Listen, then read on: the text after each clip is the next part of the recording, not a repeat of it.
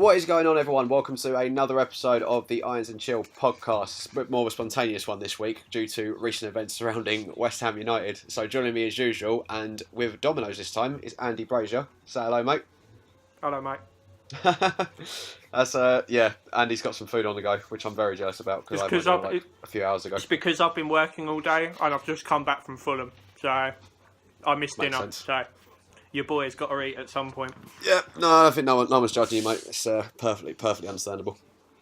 So yeah, as I said, I don't think there were actually plans for us to do anything this weekend in terms of a podcast, just because, as far as we were concerned, I thought we spoke about everything we spoke about last week. Episode 3 is now up on the YouTube channel, by the way, so do check it out. Deadline day happened, and I think it's safe to say that neither of us really actually expected us to actually go and sign anyone. But if we were, it was going to be like a shitty loan deal or a South American striker that no one ever heard of. But literally, well, I say nothing happened. A fair bit happened surrounding one of our players, but we'll get onto that a bit later. Because I'm sure you'll have a few choice words about Mr. Diafra Sakho. He's a fucking tosser. But we'll leave that. Yeah. Oh no, we're talking about that because that's I've got some. Sorry, no, I meant we'll leave it till later. Yeah, definitely. Right. But then to sit there at 11 o'clock when the deadline's over and we've signed nobody. Do you know what made me laugh about that? Is they switched over to West Ham's ground at 10:20 at night, and the guy was just like standing there with an umbrella going, "The lights are off. I don't think anything is happening." Oh dear. I was like, mate, what are you still doing there? Go home. Yeah, exactly. It's like, might as well even bother going down there. Like, this is the thing. It's like I said, I think we expected maybe one or two shitty deals, but nothing major. It was everything that happened afterwards that has come out since. Well, I'll start off by saying this. We said when we did the first episode, when, you know, it was when I think at the point we're on the verge of signing Arnautovic and Hernandez. My stance has always been, beginning of the season, was judge the board after the window. I think you said that actually. Yeah, I think that was the majority of the fans' view, because last season the summer window was a disaster in a sort of different way. But we said, we'll give them one more chance. This is their final chance. It started off really well. Like I said, we signed Joe Hart. It started off great. Like Joe Hart, Zabaleta, Arnautovic, Hernandez. It was all looking, two of the key areas we needed were bought in striker and right back. Left wing as well in Arnautovic. Joe Hart, England's #1 goalkeeper, came in. It was all looking really good. A lot of the fringe players were sold. Snodgrass went, Faguli went, Fletcher went, Calera, like all the guff from last season has gone from the club now, and we thought, okay, we'll get some good replacements in, and alright, despite the shitty start, we will get the replacements in, because you can't go into a season with just two wingers. So then the first big name got mentioned, which everyone got freaked out about. William Carvalho. That one. And Stonking. of course, like everyone, you sit there and you think, fuck me, that's a big signing. Like, that is a big signing. Yeah, and it was looking likely, from all the reports from X and from all reports in Portugal, was it all looked like it was going to happen. From what, by all accounts, it looked like the player wanted to join the club, which I think for a player of his calibre to want to join West Ham is a huge thing. And it would have, for me, I think if we'd have got him and another winger, another centre back, I think was needed given the start to the season, and another striker. That would have rounded off a really good window for us, despite the poor start. Do you know what? I think even if we just got him, I think everyone would have sat there and gone, fair. Yeah. No, like I said, we've had a poor start.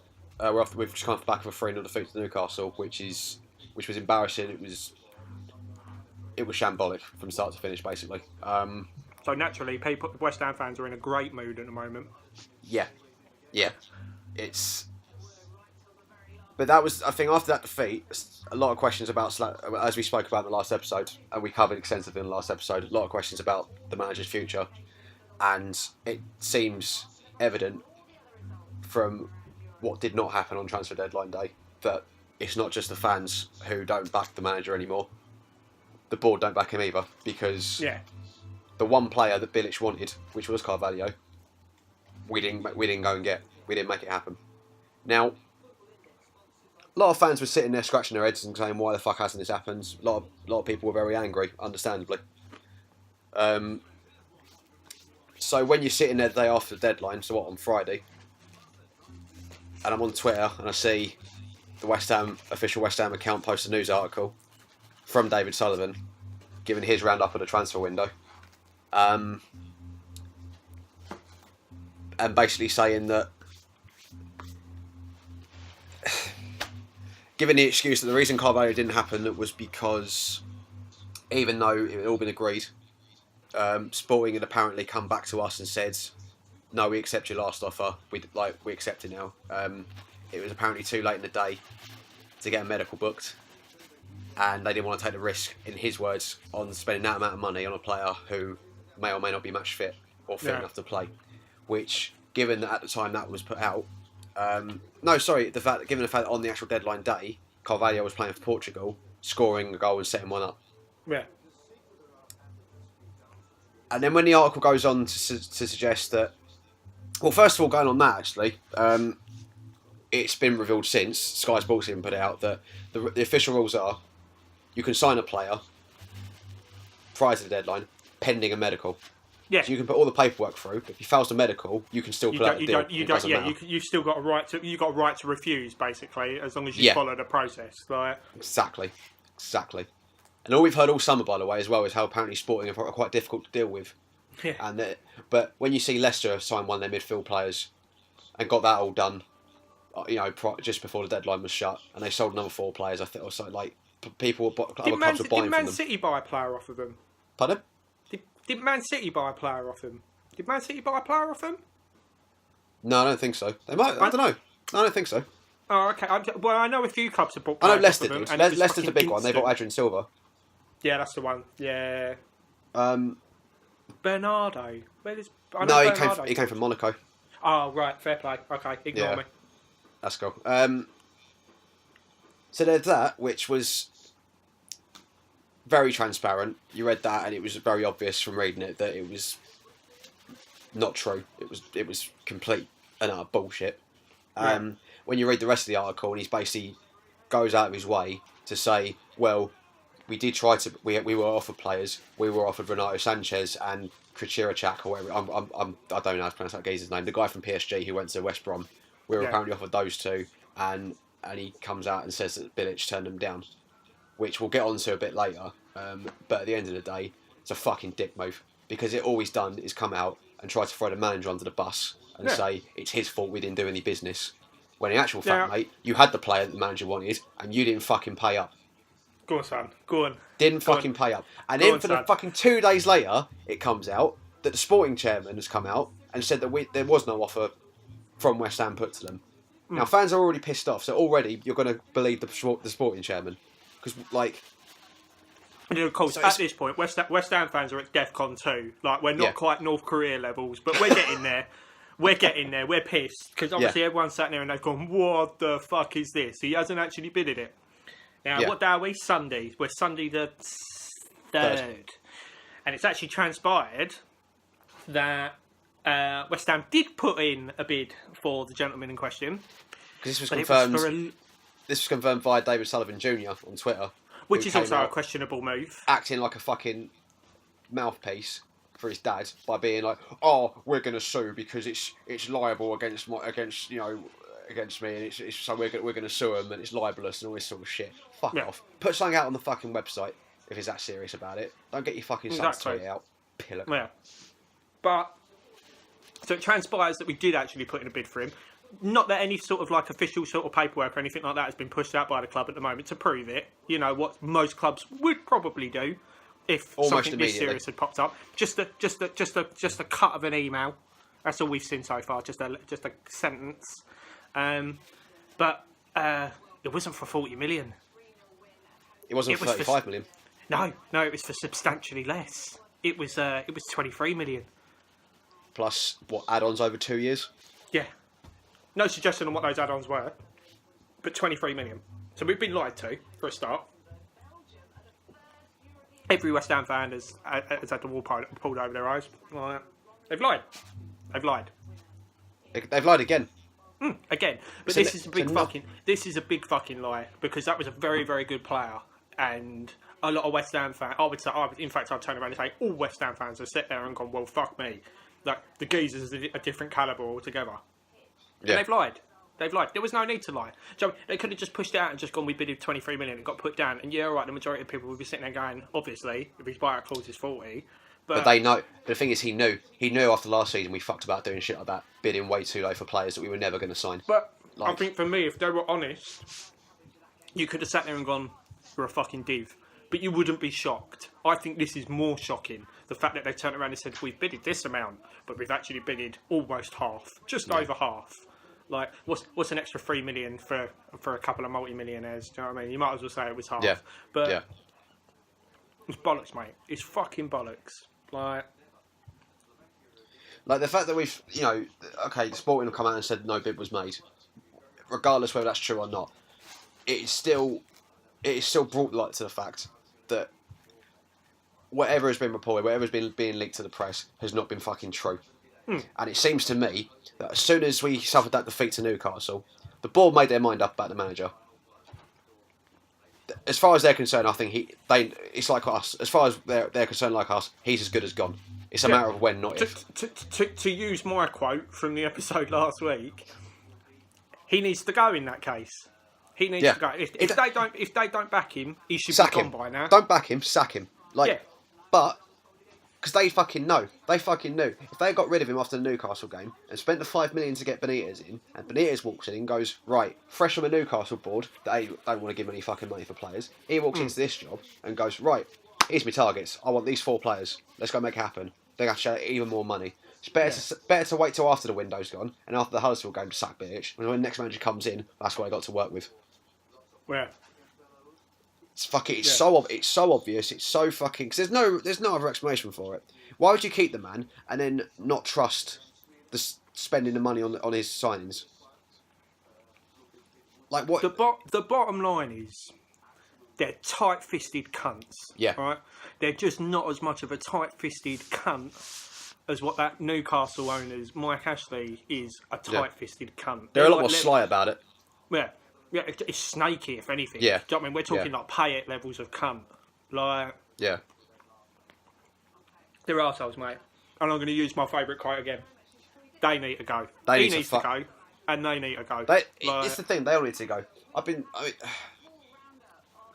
Fucking cunt. This whole fucking thing is just a complete mess. It is a complete fucking mess, because...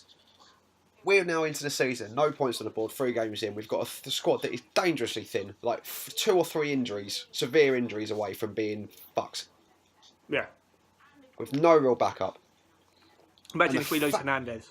And the fact that makes it work, like this is my thing, right? Me and you are both in agreement that Bilic shouldn't be in charge anymore. That's fine. Because he's not doing his job properly, but that's absolutely fine.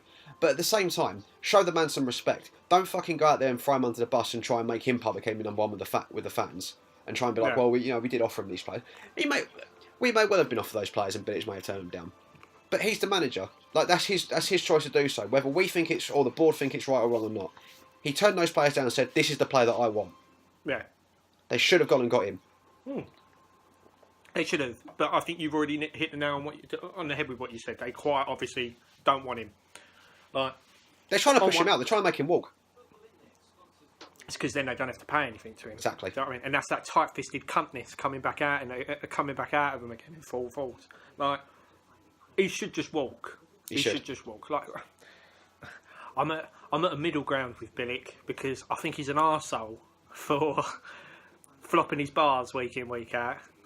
But the other hand is like, I feel sorry for the geezer at the same time. No, I think arsehole's too strong. At the end of the day, I think whether he's doing it... I mean arsehole from a point in which he's losing games. He's obviously not an arsehole. Yeah. Like, he's, at the end of the day, even though it's not working, you can't deny he cares about the club. He cares about the fans. He is doing his best. Like, I know he is getting it wrong week in, week out, and he is stubborn as shit and seems reluctant to change, but he is trying his best to make it work. Yeah. But can you imagine how difficult it is to do your job properly when you've got those lot as your bosses, undermining you most steps of the way? What I would have fucking given to. Is that Red Bull thing true? The fact that they bid it to take us over? I don't think to take us over. I think it was more to do with the stadium Oh, really? rights. I think. I don't know if it was an actual takeover bid. I should come buy us out. Make that a thing. Let's make that happen. Red Bull, come save us. Give us all the fucking wins we need. Exactly. But like I said, it must be even more difficult to do your job when you've got bosses who, like I said, are just undermining you every step of the way and be more than happy to throw you under the bus if needs be. Yeah. It must be a kick in the teeth. And I hope for his sake, he does walk, because regardless of what you regardless of what you think of him as a football manager, as a person, he doesn't deserve this. Like he's done his best for this club. Like I said, he cares, and he's just being made to look like a complete prick from this sort of thing. Like I said, whether we think it was a right or wrong decision to turn those players down, it's not our job to decide that. It's his. If he didn't want him, he didn't want him. And do you know what? It's probably, I see it more as a back and forth between them. They're going, we're not going to pay you. We're not going to pay for this player you want, but here, have this. Which he's probably had that a few times from last season. Yeah. And this is probably him just going, no, I want this player. And if you're not going to get him, we won't get anyone else. And if that's the case, fair play to him. Digging his heels in, like sticking to his guns, like. Yeah. But herein lies the problem now. You've got a manager and a chairman who are clearly at odds with each other, and it's affecting the club. Yeah. Yeah. They should walk. Sorry, go on. But Bilic should walk. He should hold his head up higher and just walk away from it. I don't think West Ham fans would sit there and give him a load of shit if he walked, to be honest. I've seen a lot more fans come on more onto his side now, where it's like not in the sense they want him to stay, but not it's like, since this has come out anyway. I think since this has come out, I'd imagine the majority of West Ham fans would sit there and go, "No, do you know what? Fair play." Yeah. Like we still want you to go, but you don't deserve this sort of treatment. Like, yeah, I would walk. Because, like you said in the last episode, he's got under a year left in his contract anyway. So even if they did sack him, he wouldn't get a lot of compensation in the first place. Yeah, like just walk, be the bigger man. I want him to walk, and I want him to do what he did with the whole Payet thing. I want it to get to like. Oh, what then? Just go into a press conference and then just immediately go to go into a press conference. Don't tell anyone what he's going to do, because apparently when the Payet thing happened, he didn't tell anyone that he was going to go out there and tell everyone that Payet was on strike. Just go set up a press conference. We'll go in there, sit down, and go right. First things first. I resign as West Ham manager. Second thing, here's why, and just spill the fucking beans about a lot of them. That would be glorious. Like that could be the best way he could leave. Or even he gets sacked. I hope he comes out and. You could see him doing it as well. Yeah. Right. Yeah. Because the question can't. Why do you think it went wrong? And I hope he goes. Well, look, I made mistakes, but here's what went on. But here's what went on behind closed doors that you don't know about. Yeah. Where do you think it went wrong? Well, one of the men I'm dealing with sells dildos by the day, so that's my first problem. Yeah. This is the most toxic. I mean, I thought last season was bad. This is. It's another level, isn't it? They have not got a single supporter left, I don't think. No. They need to walk. How? And do you know what? It wouldn't surprise me if we get to the stadium and there's banners in full works and shit like that. There is a crowdfunding page going around at the moment. If I get this up in time, if this video goes up in time before the Huddersfield game, I'll put a link to it in the description. Yeah, most definitely. Fuck it. If you want your voice to be heard, that's the best way of doing it. Do you know what I mean? There's a Just Giving page. You donate money to get some flags done, where it's like Golden Sullivan, Brady out. We've had enough. Get rid of them. Yeah. I'm looking into it because I want to know if there is actually a planned protest going on before the game on Monday night. Because if there is, I want to be a part of it because I don't want them here anymore. Yeah, I'd back that definitely. Who was the team that done all the fucking tennis balls on the pitch? I think it was like Leighton Orient. I think. Was it? Yeah, man. We should fucking put a stunt like that. Shitload of dildos. Dildo the pitch. That would be amazing. That would be amazing. There's a title for this episode, mate. Dildo. A shitload of dildos. I'll just get me missus to run into Ann Summers quick. Love, can you buy me a couple of 12-inch couple hundred dildos? That's fantastic. That's a fantastic idea. That's a brilliant idea. It makes sense, wouldn't it? See them all fucking vibrating down the pitch. Yeah. Hello, mate. But yeah, from what I've seen, I think there is something planned for the Huddersfield game, which if there is, good, because we need to make our voices heard. David Gold says. David Gold said last season, I think he was like, if 85% of the fans wanted them gone, they'd walk. Yeah, but you can't measure that, can you? Yeah, but I know. If you've got 52,000 fans in that stadium, all saying the same thing, yeah, and that's then not including the people that are unlucky enough or couldn't afford to get tickets because their voices are just as fucking prominent, exactly, as the people that are sitting in that stadium. Do you know what? Fuck it. If you don't agree with what's happening at the moment, don't watch it. Don't watch it on Sky Sports. Cut their fucking funding. Do you know what I mean? Yeah. Not spending the money anyway. That's the only. I think that's the only unfortunate thing. I think there's just not enough people.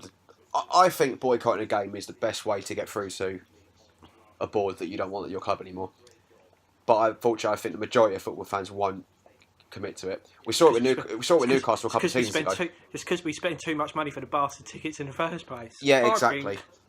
I think doing a protest, like fucking tennis balls on the pitch, and the big banners, and the fucking songs, and like all the shit beforehand, that's a better way of dealing with it. Because whatever happens, the game's going to go on, whether you turn up or not. The game's still going to be played. Like, you've already bought the tickets as well, so it's no money out of their pocket. They've already got your pay. Like, but do you know what hurts more than anything really though? It's like the stadium move was always very divisive amongst fans. I think before it happened, I think it was probably 50-50. I'd say, more or less. I was one that I saw the benefits of moving there, and I was excited about it. And I maintain I like going over there watching football. It's not Upton Park, it's not, but I still like going over there to watch West Ham play. Yeah, definitely. But you can't not look at the state that we're in at the moment and ask yourself, what was the fucking point in moving? Progression, challenging with the top four. It's never going to happen with them lot in charge. It's never going to happen. No, it's not. It's not. You can see why Birmingham fans, whenever there's like a negative bit of news towards our chairman, you can see why Birmingham fans are basically standing alongside us going, they can't. See? Like, yeah. And you know what? The line as well of like, which it's a line that I've used multiple times of, well, you got to remember when we were on the verge of liquidation before they came in. That's great. And you know what? I thank them for that. I thank them for coming in and saving us and keeping us where we are. But they're taking the fucking piss now. Like, you can't hold on to that forever. You just can't. Yeah. Because we are going backwards. Can't you be like silent partners or something? Just sell the majority of your shares, have a little bit of the share, but just sort of float about in the background. Exactly. Like, do that. Like, and fuck Karen Brady off with you as well, the silly little fucking slag. Our stadium move wouldn't have happened if that silly bitch weren't a part of the club in the first place. It's only because she was fucking noshing him off in the first place that she managed to get a role. Like, it's right, mate. Look it up. Yeah. It's right. Look it up. And then she had the goal to call it the most successful stadium migration fucking history. Yeah, it's not no. It makes you wonder where these people's heads are at. It's just because as well, it's insulting because you think it's how thick do you think we are? When I read that statement on the West Ham site from Sullivan, I was reading it thinking, how thick do you think we all are that we'd actually believe this? I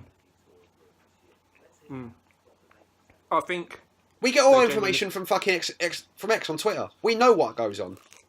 We know the ins and outs, and they're well aware that information is getting put out there. We mentioned that geezer. It just makes me laugh because we mentioned that geezer every time we've made a video so far. Every video we've made, his name's popped up at least once. But X seems like a cool dude, man. Like, he takes so much shit off of so many fucking knobbins. I feel very sorry for him. Did you read his article the other night? I think it was last night. Yeah, I did. Yeah, I read it on the way back on the train. Nail on the head. Like everything he said was just was spot on. It's gotten to a point now. It can't carry on like this. We're becoming a laughing stock. It's so shittily run. Like fucking when you're reading figures of, I don't know how accurate it is, but when you think we've got a net spend of like 4 million over the past 2 seasons, and they want us to be competing with the Champions League. You can't compete with the top 4 if you've got a net spend of 4 million over 2 seasons. You can't do it. The top four are another level compared to us, mate. Like I turned around and said it in the last video where the way we're playing at the moment, we're not even competing at a decent championship level. No. Let alone a Champions League level. Can you imagine if Real Madrid come up against us? No, it'd be a cricket score. It would, mate. It'd be a fucking gang rape. You'd have to But even so, shit on fucking even porno. so, we can't. You can't expect us to do that without the right spending, without the right investment into the squad, into the playing staff, or in or the coaching staff.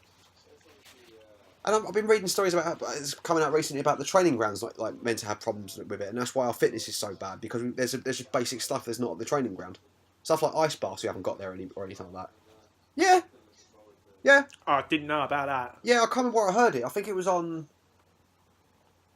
Was it on Hammer's Chat? I think I was watching a Hammer's Chat video and it came up. Shout out. I think it was one of their videos, or it might have been on the West Ham Way radio show. It was one of those two, and they were saying about there's problems at the training ground. There's like little stories starting to come out from it now.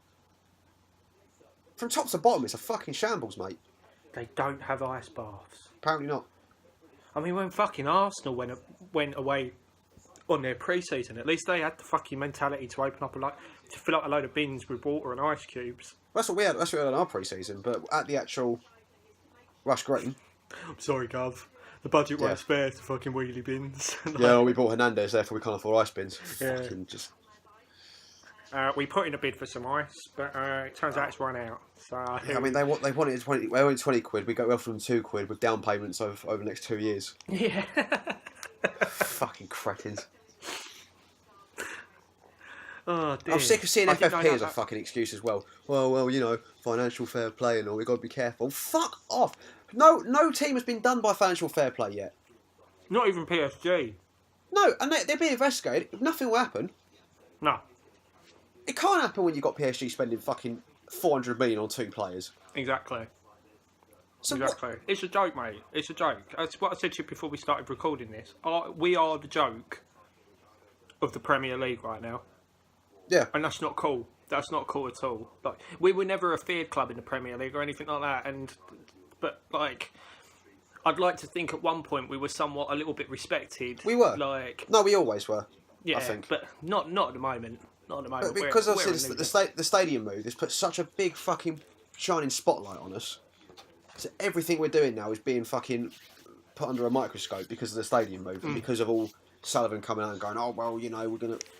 The fucking stupid way he talks. Oh, well, we're going to compete at the highest level, you know, because we're going to spend 40 million on a striker. Well, that fucking happened, didn't it? Good impression. Yeah, cheers. Good impression. I'll give you that. Cheers. We need to fucking cut your legs off or something and shave your beard. Yeah, fucking. Fucking hobbit prick. Oh, what does Gold do? He's meant to be the PR bloke. Oh, I know. It's mental. He needs to fucking sack himself. Do you know what? Out of the 3 of them, I've got the least problem with David Gold. Because you're going here for him. Well, this is it. I mean, he comes out every now and then. He comes out. He has like a brilliant comeback to some person on Twitter every now and then, which is brilliant.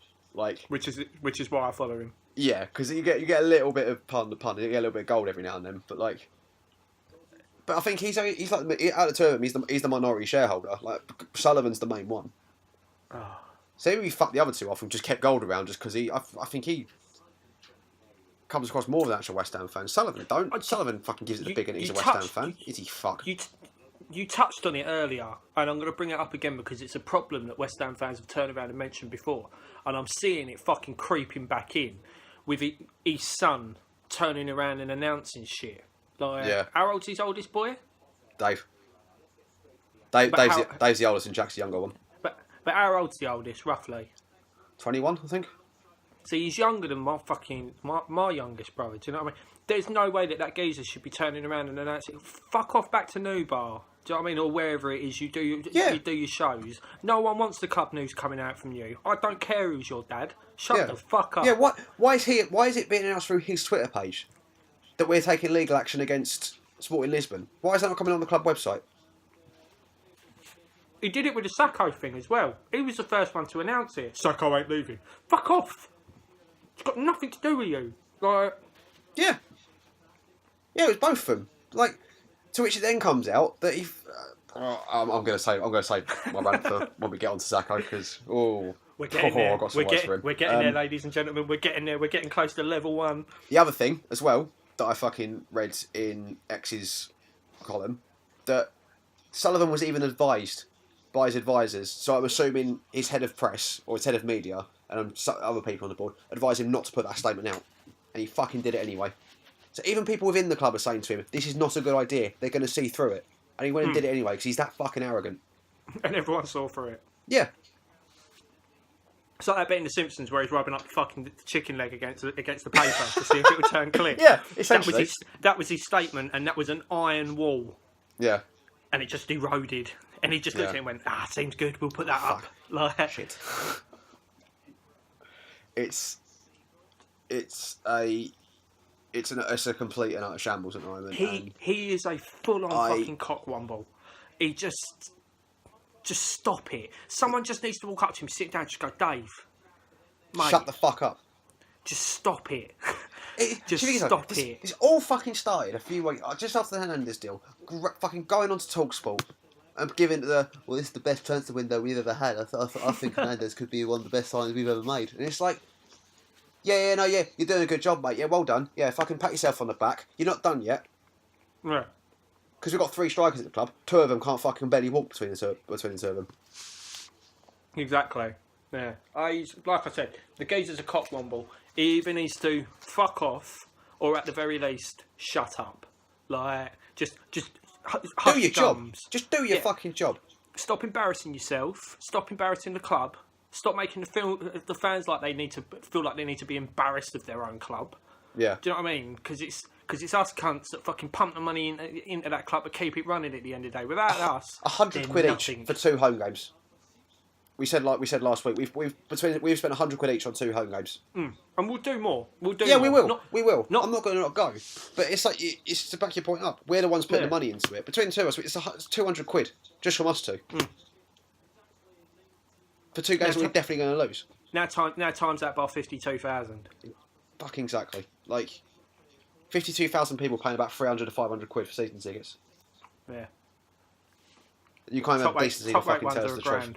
And he turns around and calls himself a West Ham fan. He ain't a fucking fan. He's a cunt. He's a fucking cunt. He ain't worth nothing, mate. He ain't even fucking worth a wank. He's just a prick. Right. And like I said, the worst thing for me is this whole how he undermines Bilic constantly when shit starts going wrong. He's undermining his own staff. If his head of press is turning around and like fucking pleading with him not to put out the sack your head of press, mate, if you're not going to listen to him. This reminds me actually when it's just going off topic quickly, but it's like my old job, like just for a bit of backstory for you watching, like I worked for a complete tosspot at my last job, where I was head of PR basically. PR and marketing is what my job was, and fucking this prick that I work for was putting on this festival in Australia, and it all went tits up because it was so badly organised, and I had to write the press release saying why it was being cancelled and why we left it so late to the actual date before cancelling. And he was turning around and going, and the way he didn't like the way I worded it because he was like, "Oh, you're making it seem like it's our fault." And I was like, "But it is our fault. We need to take some responsibility." And his excuse was, "Oh no, it's not our fault. It's just that people didn't want to buy the tickets. It's their fault." And it's just sort of like exactly it's sort of a similar thing of like you can't see through your own arrogance or your own bullshit, or you're too proud. Yeah, to sit there and go, "Well, it's everyone else. It's not me. I'm doing my best." Like, and it's like your head of press is sitting there telling you this is a bad idea. Yeah, this is a terrible idea. Take note. Why would you mention that we could have had for Sanchez and the other bloke? What's that going to do? It pissed me off more. It pissed me off because it would have been good to have them, but at the same time, it's not going to make people go, "Oh, it's to make people get pissed off at Bilic." Yeah. And ramp the pressure up on him. But the major fuck up is it ain't worked. No. Everyone's sat there and gone, "Well, that's bullshit."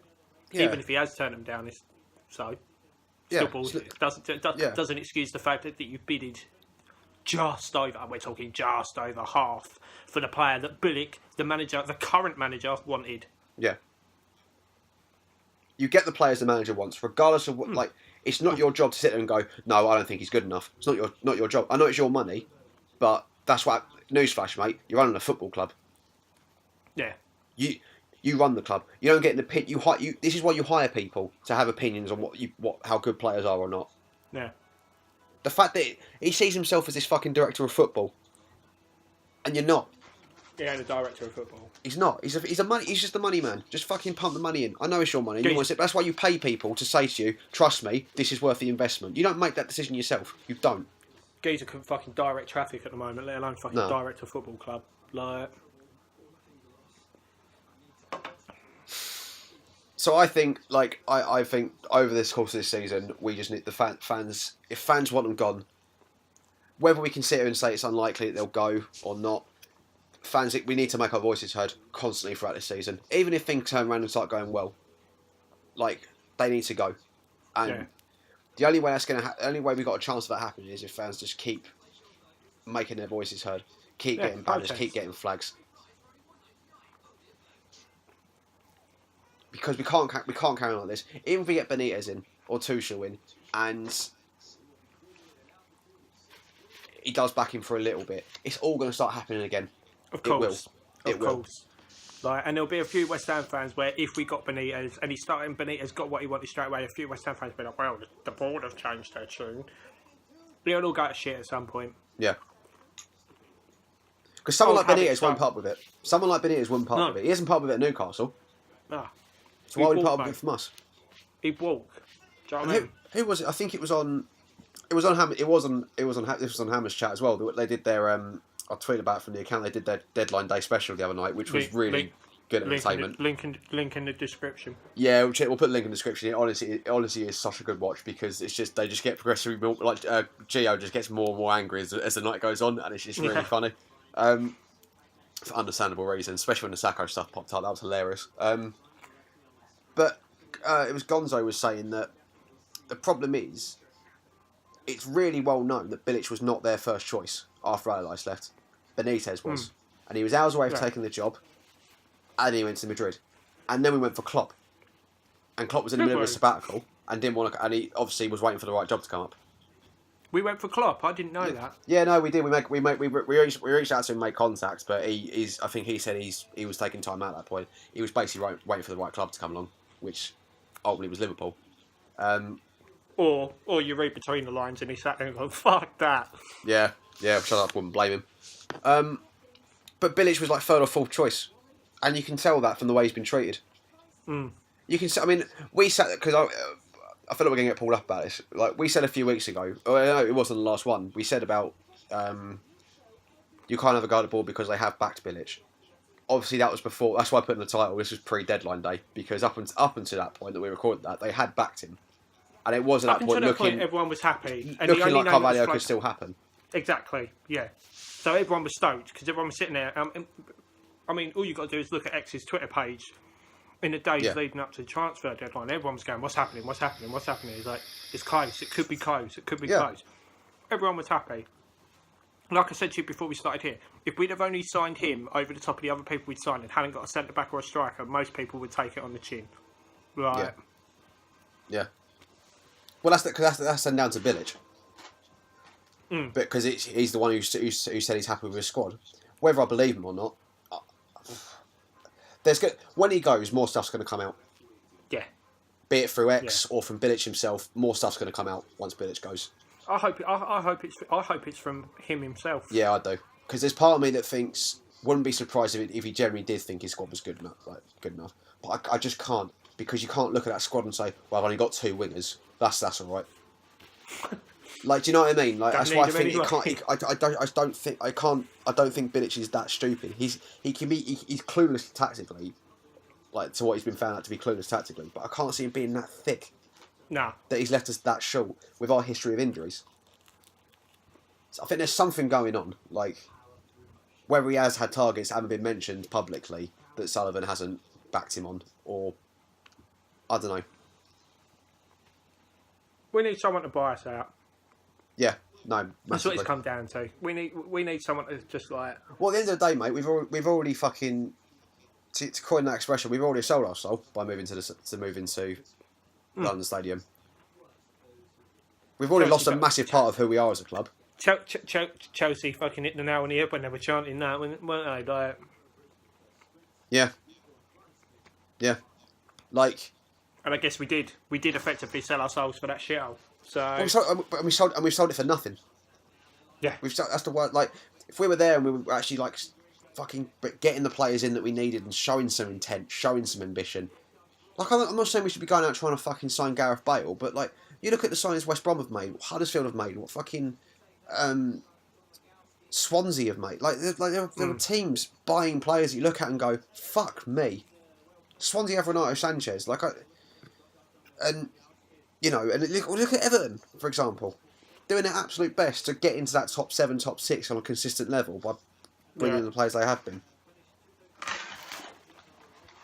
It's just, and the fact we've moved ground to. So, like I said, a move that I supported to a stadium I like. I'll play it again. I like going over there. But if it's all for nothing, what was the fucking point in moving? Yeah. What was the point? It's a shit show, mate. It's a shit show. Like, and the fact we're now turning around and saying that we're going to fucking sue Sporting Lisbon, isn't it? Yeah. Sporting Lisbon. The fact we're now turning around and saying we're going to sue him is the fucking. Well, it's not even we're suing him, mate. It's not even the club that's doing it. It's him. It's Sullivan. It's not West Ham suing Sporting Lisbon. It's David Sullivan's throwing his toys out of the pram because someone's dared to insult him and call him out as bullshit publicly. So he's going to take him to court over it. Well, don't push. But the thing is, the Sky Sports News and whatnot are now pushing that as West Ham are suing Sporting Lisbon. Like, yeah, exactly. That's what they're on with. Not only are we going to be the fucking joke club in England, we're fast approaching it becoming the joke club in Europe. Yeah. Like, what club's going to want to do business with us after that? This is it. This is it as well. Because I've seen people being like, I mean, before, because the 23 million thing came out this morning, didn't it? Yeah. Before that happened, I saw something like people going, okay, like, all right. No, it's the afternoon. Sorry. Was it this afternoon? Yeah, it was today, wasn't it? So I woke up late, so morning afternoon's a bit blurred. But like, but obviously when the statement came out and it was like, oh, Sporting had rang us up and said we actually do accept the bid and like, oh, we can get the medical done. People were going, all right then, if that's true, 1st of January. Yeah. Get it done. Where your mouth is. Get it done. But now this has come out now. That ain't fucking out. He ain't coming now. Like, any chance of that deal being resurrected, be it in January and the summer, is not going to happen. That club ain't going to want to deal with us anymore. Mate, the only way that deal's going to happen now is if we've got new owners by the time January comes rolling along. Yeah, exactly. And we're not going to have new owners for a very long time. We're not. No, of course not. I don't think it's going to take. I'm handing it over to my 2 boys. It's their legacy. I'm saying, what is this? A fucking film? Suck my dick. Like, sell. One of them don't even want anything to do with it. Yeah. Like, I'll leave off Jack Sullivan because he's actually. I mean, apart from the Sacco thing, which was fucking stupid. Yeah. Apart from that, he's been quiet over the summer and he's doing his work with the ladies' team and he's doing a good job from the looks of it. Like, it's a fair play to him and he's getting that spirit. But at the end of the day, saying, oh, I'm going to leave it to my 2 sons, one of them don't want anything to do with the football club. He's off doing he's off doing his own business. Yeah. I don't want a fucking nightclub owner as my fucking running my club. No. Just like I wouldn't want a fucking dildo fucking merchant running my club. Yeah. That we have now. I still back the idea of the dildos on the pitch. That's a fantastic idea. That really is. We need to get that. We need to get that trending. So, yeah, I'm going to go when this gets uploaded. Well, I'm putting a tweet out after we finish recording this. Yeah, fucking tag everyone. Yeah. Okay, so we've put it off for long enough. We need to talk about the Afro Sacco. Oh. We need to talk about the Afro. Unfortunately, because it needs to be talked about because it added to the circus that was our deadline day. Because if without all this shit going on, just when you thought it couldn't be any worse. Do you want me to include the sound effects of Sky Sports News again? Go on. Because I nailed that last time, innit? So, what day was it? It was the day before deadline day, wasn't it? So it was the third. It was a Wednesday. So it come up breaking news on my phone whilst I was sitting at work. My phone was like bam, bam, bam, bam, bam, bam. Looked at my phone and it was like the Afro Sacco has gone off to what's the League One club called? Rennes. I mispronounce. I keep calling him Rene. You're saying. Fair enough. Sounds French enough. Yeah, Renier. exactly. So he's flown over to Rennes in apparently an £8 million move, and he was going to have his medical and whatnot. So I sat there, I've read the phone, and I've gone, oh, all right then, fair enough. Like, that was going to happen. Must mean We've accepted the bid that has definitely come in for him. 100%. 100%. Because why would you think otherwise? Yeah. Any other thing like that?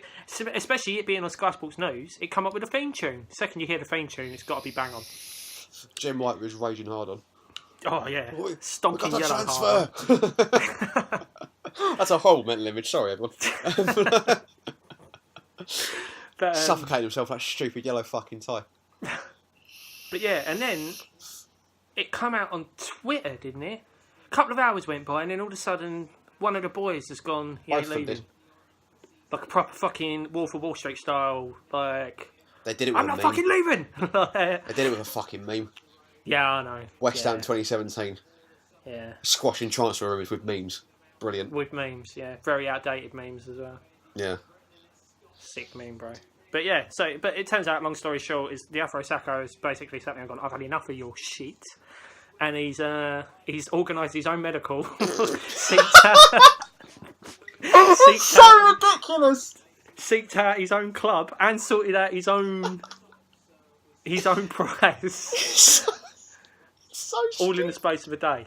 Did you ever watch on Sky One years ago? There was a program, there was like a series called Dream Team about a fictional football club, but it was like a soap opera. So all this mad shit would happen, where like the goalkeeper one year went mental and shot one of the teammates or something, and or like all this like at least one player died every season. Like I'm like seriously. But yeah, the next day, the Afro Sacco was actually killed by a horse in Cheltenham. Yeah. So, but, yeah, so Friday comes rolling. Oh, Thursday comes rolling over. Deadline day. My phone's going fucking bum, bum, bum, bum, bum, bum All over every the shop. 10 minutes because of deals and shit. And he wants to have a meeting. He wants to have a meeting with the dildo merchant himself.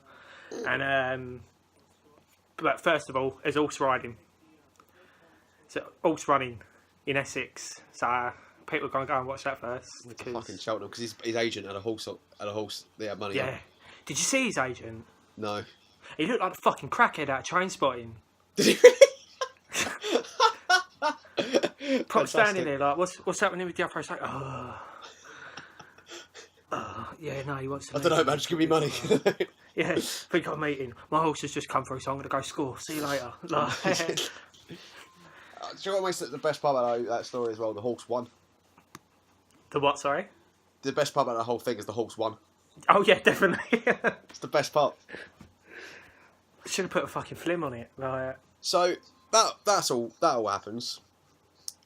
At this point, everyone's very much in the mindset of because Sacco has played a few games this season, and it looked like some fans were coming back on side. I think because one, who else we got, and two, it's like well, he looks like he's putting some sort of a shit. Like when he came against Southampton, I thought he looked quite good. He played a part in the second goal we scored. no. People were starting to come back on side and go, okay, we can. Maybe we'll have to Sacco when we first brought him in. Maybe that guy can come back. But then that whole debacle, just everyone went, no, fuck him off.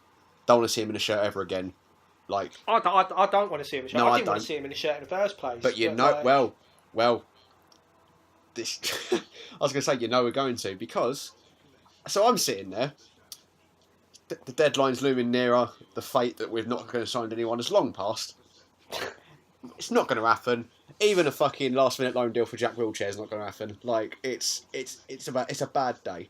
So when I'm on Twitter, a really bad day when you're not loaning Wilshere. So when I'm on Twitter and I scroll through and I see the is it Get France Football Network or Get Football France Network thing with big capital letters breaking. Diafra Sacco to be offered a new contract by West Ham United. And do you remember when I text you? Yeah. I text Andy being like, prepared to get angry. He was like, oh no, I'm not even angry anymore, man. I'm just done with the whole thing. And I was like, just wait. And I sent that screenshot through. Oh. And it's since come out that the deal is that apparently Sacco's got a problem with Bilic. He loves the club, loves the fans. It's Bilic he's got a problem with. He's basically throwing a strop because he's not playing because he's apparently he's as good as Javier Hernandez in his mind. Well. But the deal that's now been brokered is he is going to play 50% of the games from now until January, and if he scores at least 6 goals, we're going to offer him a new contract in January.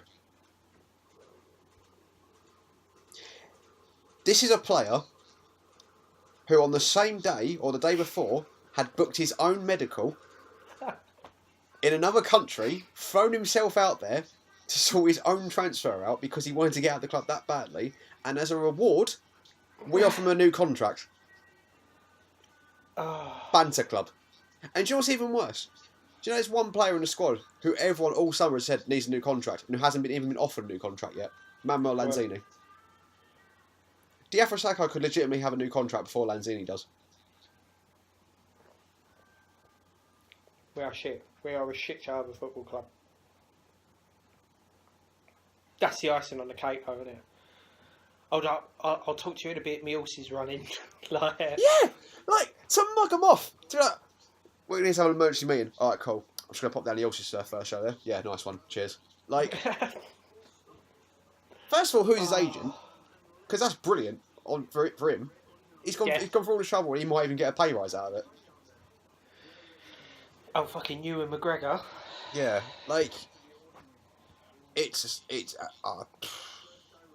again, not to bring Bilic into it again, but I mean, that's my other thing. It's like players that it's not the first time a player in the past couple of weeks has come out and slagged him off. It's Sacco and Snodgrass now at that list, but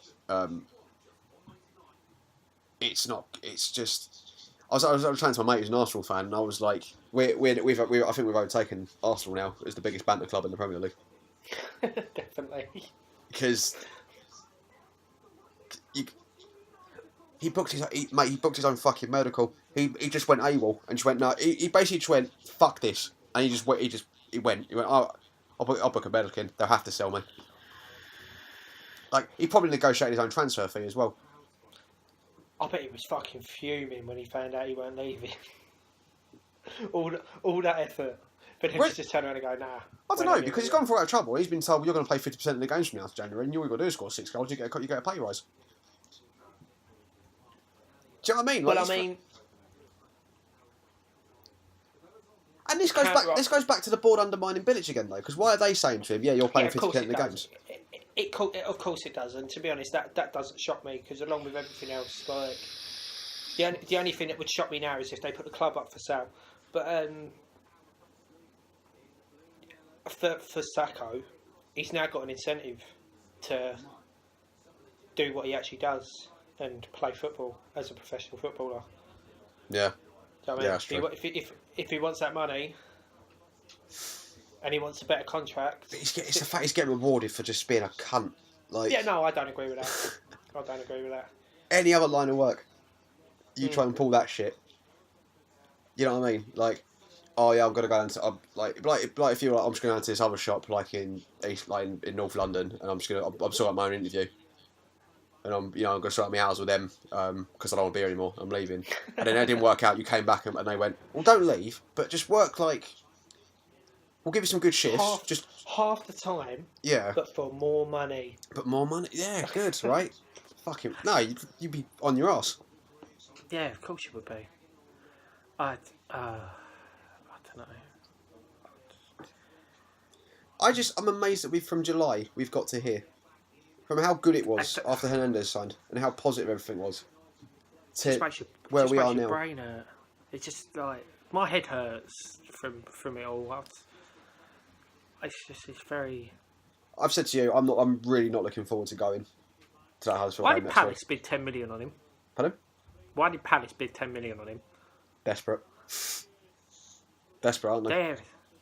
I fucking hate that club. I'm sorry, but I really do. They annoy the shit out of me. Do you know what makes it worse as well? That 26 million or 23 million we bid on Carvalho. We could have could have had 2 Saccos.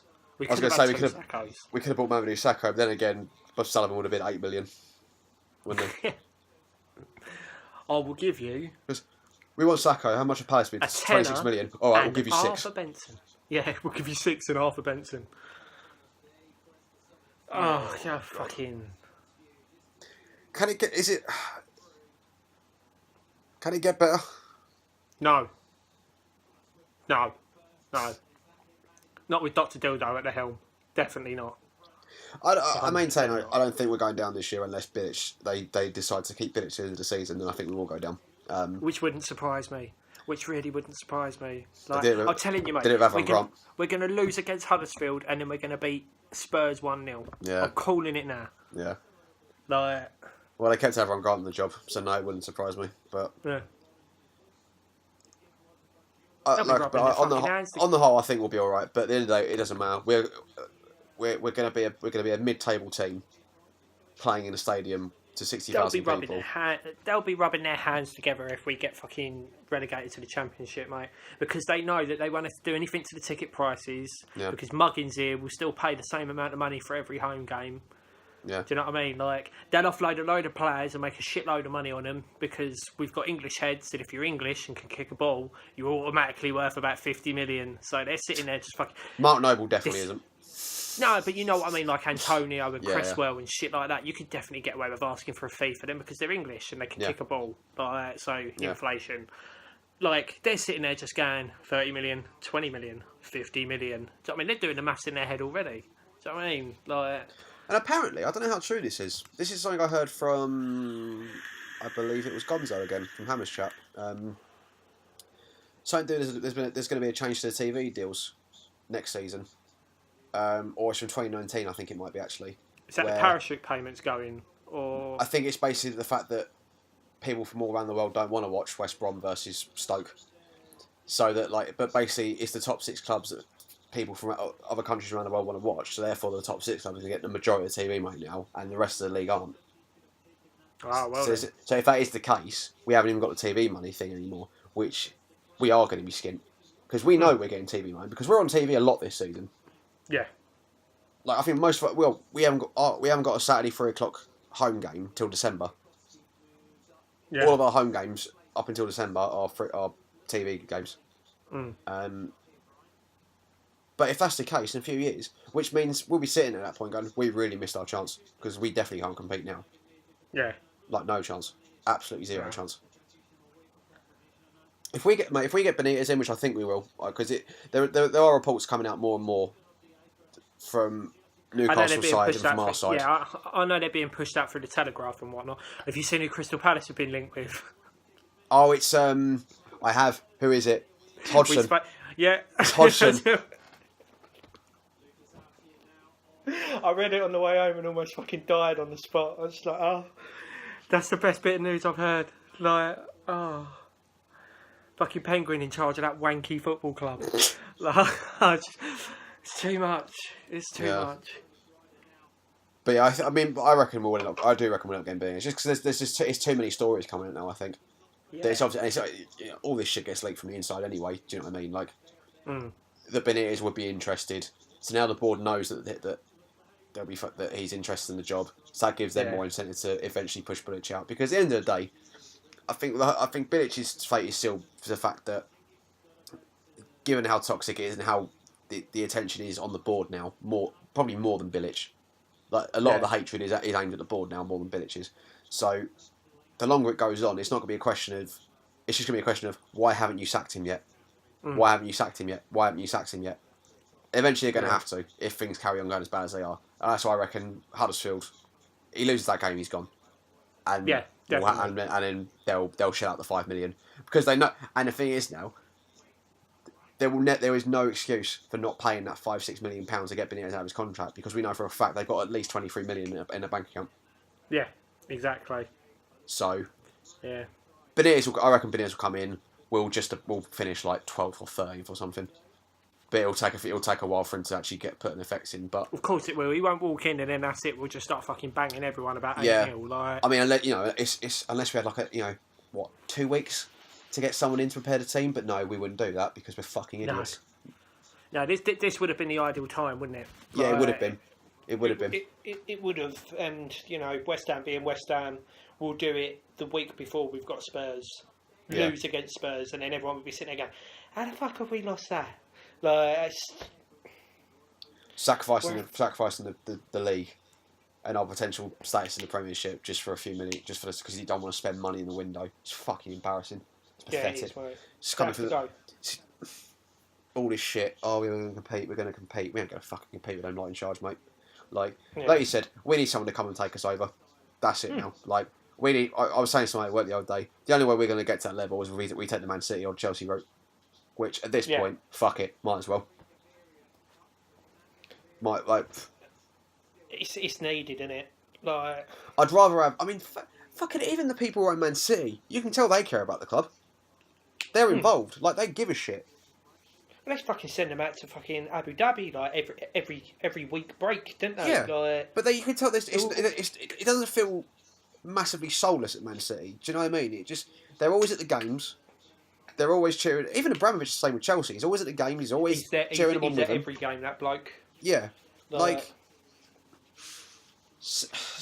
I don't know. Sullivan is as well, but my point is, I'd rather have someone who has no apparent support of the club, like didn't grow up a supporter apparently, but still comes in and gets it and gets the club and gets what the fans are like and wants to do well for the fans. I think Abramovich runs it like a business, but he actually runs it like a business. If you get what I mean. Well, he runs it like a football club.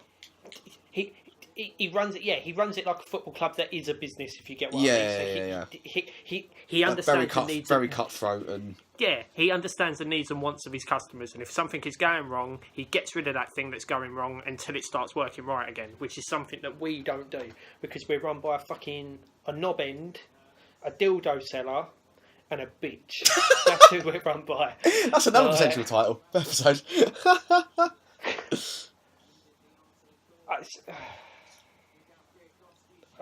I feel kind of bad calling him a knob end because he's quite funny on Twitter. Who, David Gold? Yeah, he's the one I got least. Like if it was a case of Sullivan and Brady have gone, but Gold's sticking around just to be there, I'll be like that. He's the one that owns Summers, though, isn't it? Yeah. Gold, yeah. So he's I will give him this though. I think no. It was Sullivan made all his business in porn. Of course he did. 4'0" fucking midget. Like, yeah. I bet he was into all sorts of freaky shit. If I can't fuck him, I'll watch him. It's gross. To be fair to Gold as well, the Iron Man DVD. Mm. When I watched that, because he's the only one who's actually in it out of all of them, like you do get the sense from watching that he is a fan. Like, yeah, for all his faults, I don't feel it with Sullivan. I think it's bollocks personally. I think it's Gold's the West Ham fan, and Sullivan's just gone, oh yeah, no, yeah, me too, yeah. Oh yeah. Football. Yeah. Say? Can I fuck it? There's my one concern though, and this is the last one I'll say about it, because I've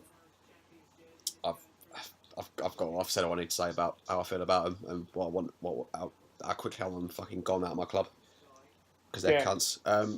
My one concern being if it's all well and good saying we want someone to come in and buy us, but the man in question is the one who is in control of who he sells to.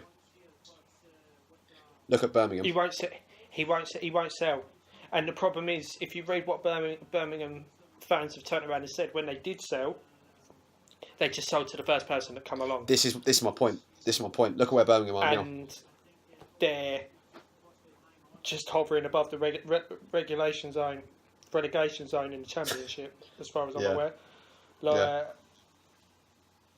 That would be my one concern. Yeah, that is my main concern. If the potential sale came up, if they just sell to anyone without a second thought of who it is, whether they're fit enough to run the club or not.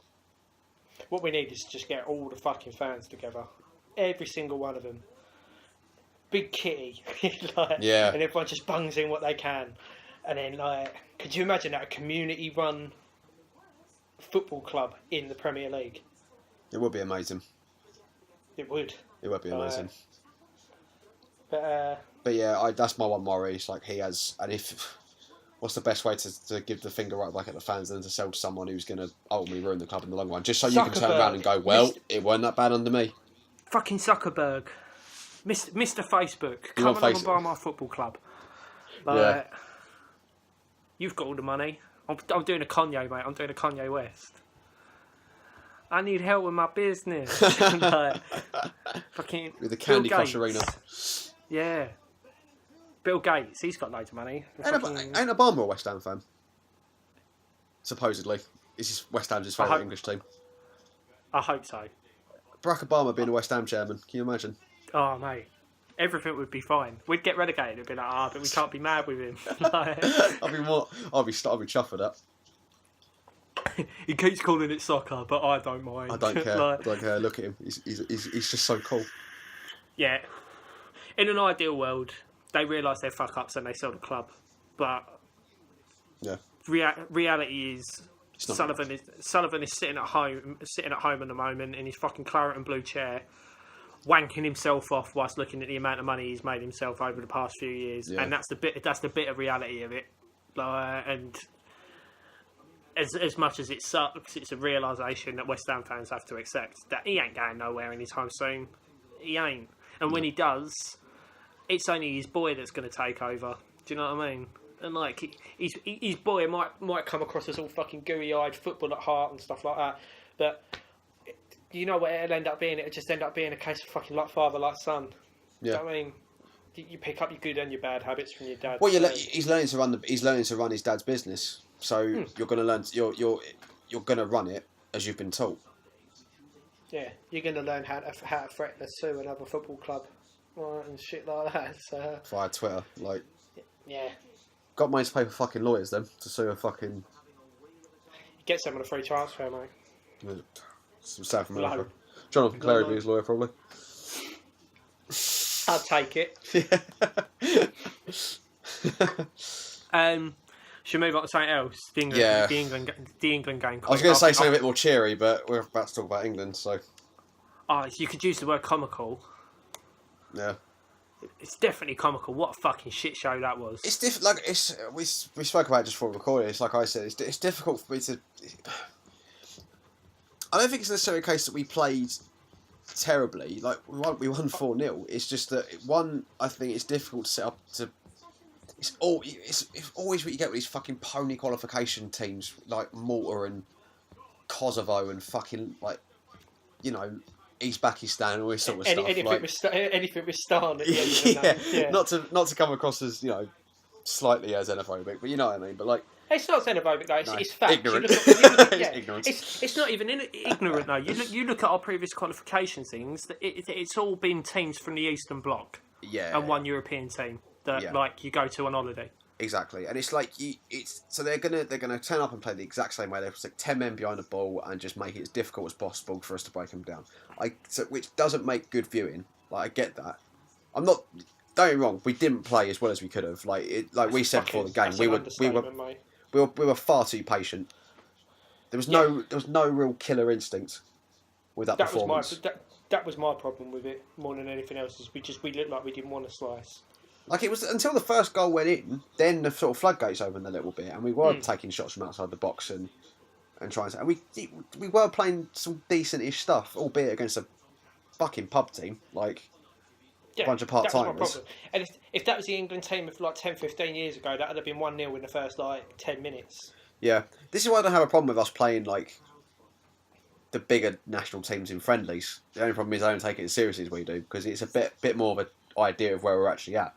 I mean, the reality is we're not anywhere near a level where we're going to win anything. Oh no, yeah, we're subpar compared to the 10, 12 teams above us. Yeah. And I think it's difficult. I think for Southgate because I think the jury's still out on him because he's only had a few games and. I don't like him as England manager. No. I think he's far too cautious, even against the crap teams. That's not a fair thing to say, is it? Against the teams with lesser ability than us. Yeah, he's too cautious. He's way too cautious. What I do like about him is it looks like he is trying to build an actual team, like an actual starting 11 that you look at and go, that is my best 11 there. Rather than with Hodgson where it was just the game day, I better put some names on a sheet and see if it fucking works. Do you know what I mean? Like I like seeing that from him. And I like the fact he's bringing in other players that would never have got a chance before. Like, I'm not saying Jake Livermore should be a regular starter because he definitely shouldn't. But like, do you know what I mean? There seems to be an intent to actually build a team, but I'm still same what it's been the case for the past 5 years with England. I'm not seeing an identity. I'm not seeing a style of play Yeah, that that's you can my look at problem us with and it. go, like you say, you think of Spain, you think of possession based, good Did you see passing. them play? Did you see them play Italy? No, Holy fuck! yeah, It was like the Spain of like, do you know, like the Fernando Torres Spain? yeah. Like, But like that's how they play. You got the Italians, organised defensively, but still lethal going forward, and still able to carve you like, decent on the counter the attack. Germans just fucking efficient. Germans, yeah, efficient, just good slick foot, like high pressing football. With Like us, fucking Merc. Just you look at it's been the same thing. Like I said, since when Ericsson was in charge. You can't look at us and go, I don't know what our style of play is. I would say the problem has stemmed from McLaren onwards. Yeah, absolutely, yeah, without a shadow of a doubt. Without a shadow of a doubt. Because I mean, Ericsson was in charge in 2002, 2004. I think that's the last time we looked good. Yeah. Oh yeah, definitely. I think Without 2006 was his last one. It was the World Cup. Yeah, but Yeah. I think like 2004 we had big players. Do you know what I mean? The fucking centre backs like John Terry and shit like that. Rio Yeah, because Ferdinand. the 2002 World Cup we looked quite good in. I know we ended up getting knocked out by Brazil, but that was the team that ended up going on to win. It was a freak. It was a free kick. But we were in that game. Like we didn't get battered. We led at one point. We weren't. We didn't get bad. And like I said, the World Cup 2002 and the Euro 2004. The last time that I watched us play it, watched an England side and thought, fuck me, we actually might have a chance. Like we actually look good. We got quality players, at least one or two quality players in each position. Yeah. Like you think we had was it Gary Neville and Rio Ferdinand, Sol Campbell, Ashley Cole, Steven Gerrard, Paul Scholes, David Beckham, Frank Lampard, Michael Owen in his prime, like Esky, who was a good target man at that point. Like he was, yeah. Peter Crouch. Back when we used to play 4-4-2. Yeah, rigid. Need to play 4-4-2 again. Do you know what I mean? Literally just fucking straight lines and then just looking at the other team like, come on, cunt, break us down. Yeah. that is what as a national team we've adopted this European way of playing football, but we're not as good at it as the Europeans. Because the problem is we have. I'm gonna see if you're gonna say the same thing as what Shearer said here, but I'll probably.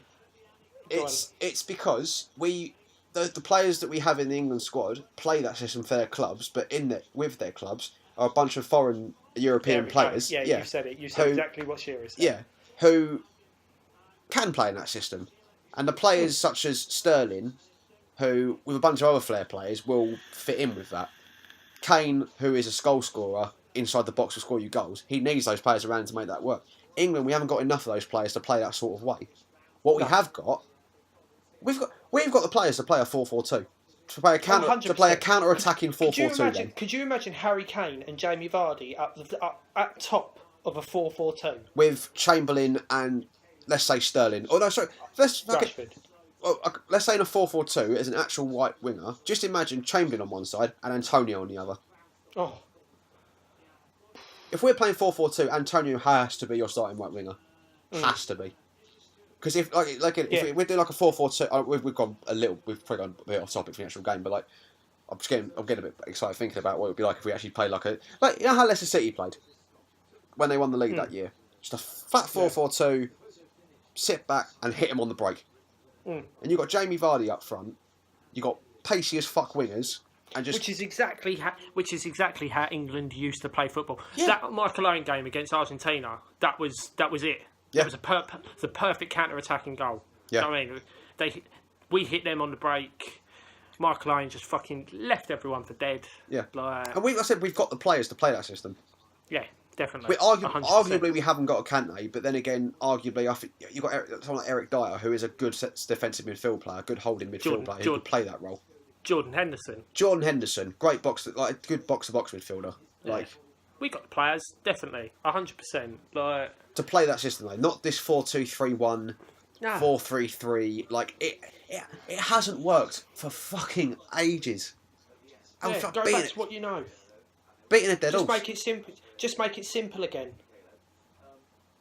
Yeah. Do you know what? I think if someone like Alan Shearer was given the England job as a manager, I reckon that's what he would probably sit there and do. And just go, do you know what? We're shit at this 4-1-4-9 bollocks. Yeah. Straight banks, just straight banks. A 4-4-2. Like, none of that diamond shit neither. Just straight bank, Iceland style. Iceland done us with a flat 4-4-2 formation. Leicester won the league with a flat 4-4-2 formation. It still works. Yeah, it does. It's just because we've looked at teams like Barcelona calls this. Yeah. With their fancy. But we're the worst nation for it though. Like, we are the worst nation for it. Remember when Holland when Holland like took Spain to school in that was it the Euros or the World Cup? World Cup. Well, they decimated them like 5-1 or something. Yeah. And it was all because it was when Van Gaal was playing the 3-5-2, and it was like sort of like he's playing 3 at the back. That's sort of new and exciting. And I'll never forget Redknapp trying to do it with QPR, trying to implement a 3-5-2. What are you doing? Now everyone's trying to do 3-5-2. Spurs are trying to do it. We tried doing it last season. It worked better than what we're doing now. But like, yeah, it's what we've done Chelsea with, weren't it? 3 at the back. The cup game. Yeah, and against Spurs we played 3 at the back and did Yeah. them. So like, we are the worst nation for just taking these European. Oh, it works for them. It'll definitely work for us. We ain't got the fucking players for it. We haven't. No, we don't. No. And yeah, flat 4-4-2 is the way we should play. Definitely. 100%. Like, but no one seems to have pegged it yet. Even if they pushed it as a diamond, do you know what I mean? You could have Dele Alli sitting at the top of that diamond. Yeah. Do you know what I mean? Henderson sitting at the back of the diamond, like or Eric Dyer. If See that because that was the problem. Having Chamberlain and Sterling as these sort of inside forwards the other night, Dele Alli's got no space to work with because they keep coming in and filling that space up. Yeah. And he Which is finds. what I said to my brother. We were watching it, and straight away I turned around to JB and said to him, we're becoming too narrow. Squishing in. And then we realised what we were doing, and then fucking left back or the right back would come running along and then hug the touchline thinking, oh, look, I'm playing in your position, play hard. And it's like, by that point, like, Malta knew what we were doing, so they just crowded us out. Exactly. And you think it's Dele Alli, whatever you think of, he's probably one of, if not our best creative midfield player. Yeah. And he needs space to do his thing. He needs space to pick the ball ball up and run with it. And I couldn't name you another English centre, like decent centre attacking mid. do you know who I thought was going to be? It hasn't worked out. Barkley. Who I generally thought was going to be that role was Ross Barkley. Yeah, definitely. When he first burst looked onto the scene, I thought he was going to be a real figure for us. He looked the part, didn't he? And he's just gone so massive off the boil.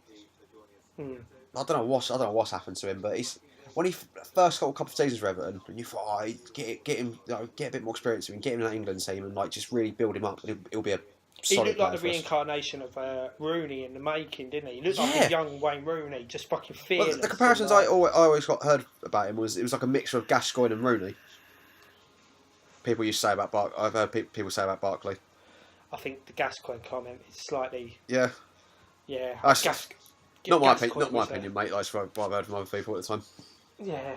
It's just, for me, Gascoigne was just a One-off, different animal. Yeah, man. He was a different animal altogether. All you've got to do is just look his shit up on YouTube and the ball stuck to him. It's a shame the way he's gone. But that guy, like, my first full memory of a football game was him scoring against Scotland in the Euro '96. So, yeah, he's got a special place in my Mine was David Beckham's penalty against Argentina in the 2002 World Cup. 2000, against Argentina, the World Cup? I remember that. That's the first full game of football I ever watched, and that's when I became a football fan. The red top, the red away top. I had the best kit back then as well. That was the last time we had a good England. Actually, no, we had good England kit since then. But the white one with the red cross on the shoulder. Yeah. The Umbro one, I really like that. It was a nice. when kit. Beckham scored that free kick against Greece. Yeah. Oh man, we're going back now. Do you know what really bums me out about this? Like, I know we said we're going to talk about the game, which is not really much to talk about. We played at about 6% of our probability, and we won 4-0 against a shit team. And we won. Yeah, the end. Now we're going to go into previous England stuff. But do you remember? I remember like, you know, nowadays where it's like, it's international break, and it's just For fuck's sake, I want to watch the Premier League. Like, I don't want to watch England play. It never used to be like that. I used to really look forward. No, I used to really look forward to watching England qualification games. Well, like you know what I used to get like at the idea of England playing. Yeah. Like, I really liked it. Like I did. I loved watching England play. No, I love it when it's a World Cup or a Euros. I love going down to England, I love going to the pub and watching it. The thing with me for the World Cup and the Euros now, I get more excited about watching. Yeah. Your Germans and your French. Just the tournament as a whole, like. Yeah, the England don't, because everyone just sits there now and goes, we'll be out by the last 16. Yeah, we're horribly predictable. But like, I remember like back when we were qualifying for Euro 2004, and watching all the qualifiers for that. Like we had, I think when Beckham skying a penalty against Turkey, because Turkey were looking quite good back then, and we narrowly beat them like 2-1 at home, and it was exciting. It was exciting to watch. You used to get really into it, and then the tournament came, and we're like, you'd watch all the games. But when the England game was on, it was like I'm staying in, like I'm making a big deal. The crowd would be fucking jumping as well. Yeah, my dad's a cab driver. Like my dad wouldn't even go to work. He'd stay in to watch the England games. Like me and my dad and brother would all sit and be watching the England game with like actual genuine excitement. Now you're sitting there thinking, I'll be out in a couple of weeks anyway. Who cares? Do you know what I mean? Exactly. It's sad. It's really sad. We're playing tomorrow, and I'll be on the tube when the first half kicks off, coming back from work.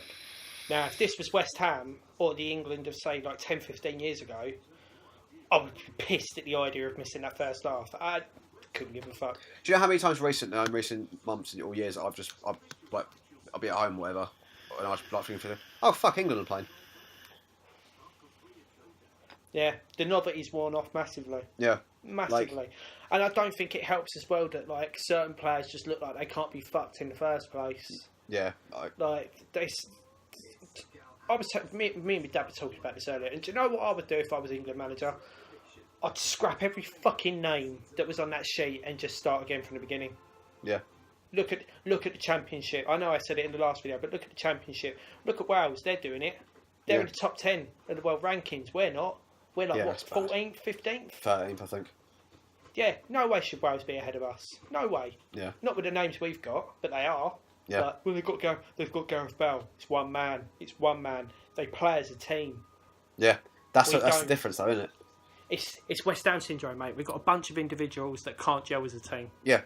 Yeah. Do you know what I mean? You've got on players like, what was it? I heard someone try and use the argument once that the problem with the England team is you've got players playing with each other that are basically enemies for the rest of the year. Bollocks. Like, that's not an excuse. Bollocks. Look at Spain. When you have that squad is mainly Real Madrid and Barcelona players. Piqué and Ramos. You see them at club level and they fucking despise each other. But you go and look at that still shot of when they won those World Cups. They're best mates. Yeah. Well, because they're smart enough to know that it's within the context of 2 games out of a full season, and they understand the rivalry between the clubs. They ain't gonna let their friendship off the pitch get in the way of that. They're representing their clubs. So if you're a Barcelona player, you got one thing. It's don't get embarrassed by Real Madrid. Beat Real Madrid. Don't lose to them, and vice versa. Yeah, exactly. Whereas when so was it Gerrard came out and said it, where like he you go through this long season of batting players, but when you got someone like Lampard or Scholes or like a United player, you don't really get on with them as much, or you don't really sort of talk to them as much, and it's not how it should be. That's why I like seeing players like Harry Maguire get called up, and like the sort of players from the sort of not outside the top 6 clubs, because they want to be there. Did Steven Gerrard really say that? It was something along those lines. I'm sure. If it weren't, I'm sure he did. It was something along them lines. Wow, I'm surprised. I'll have to try. I mean, if I'm wrong, I'm wrong. I'll have to try and find it to reference it. But like, because he struck me as one of those very few players that played for England, but genuinely looked like he played for the shirt. Like he wanted to be there. So if that is, if I'm being honest, I don't think we've had a player who has played who is. When I say play for the shirt, I mean really fucking play for the shirt since David Beckham. Agreed. I think he was the last one. Agreed. Like Rooney played for the shirt, sure, but it's like you could, even though he's not done a bang up job, you could probably argue the case of Joe Hart, because he shows the passion. Yeah, of course. It's difficult to compare a goalkeeper to an outfield player, I suppose, though, isn't it? Like, No, I know, I get that, but I think I'm slightly different with that. I think if you've been given the responsibility, yeah. like, John Terry. Yeah. Cutting your field stuff aside, like, I remember, especially when we got banged against Germany and he jumped up, fucking holding his bollocks. Yeah, I remember being in a pub. I think we were playing. It was that World Cup. I think it was like Slovenia or something, and they took a shot. Like, he sort of blocked a shot, and as the follow-up came in, he had his hands behind his back and did like a diving head block. But it was like it was like such a last ditch. Like, I don't give a fuck. You're like, but sort of like last ditch defending. It was fucking hilarious. But like, I think probably him, but not as much as Beckham did. Every time that bloke put an England shirt on, you could tell how much it meant to him. Like, the game against Greece, he played that team by himself. Every time he scored a goal. Yeah. It was to the fans. Do you know what I mean? Fucking like standing proud as punch at the fans, kissing the badge. Like I said, the best example of it is if you watch like the full highlights of that Greece game, and like the other 10 players didn't really turn up. Like, we weren't playing well, but the constant thing throughout is Beckham is just doing everything he possibly can. Whether it's like trying to create chances, trying to take shots on goal, taking every free kick that came his way. Like, and there was an interview with him where he said, like, you know, there's times where he does miss playing at club level, but like overall he knew he retired at the right time. But the one thing he misses is playing for England. Yeah. And I genuinely don't think we've had a play like that. I mean, because going back to John Terry, all right, he gave it his all he was on the pitch, but how much do you value your England career if you're fucking your teammates' misses and racially abusing your centre back partner's little brother on a football pitch? Yeah, that's true. Do you know what I mean? True. Like, you can't value it that much if you're doing shit like that. It's going to jeopardise it. Yeah.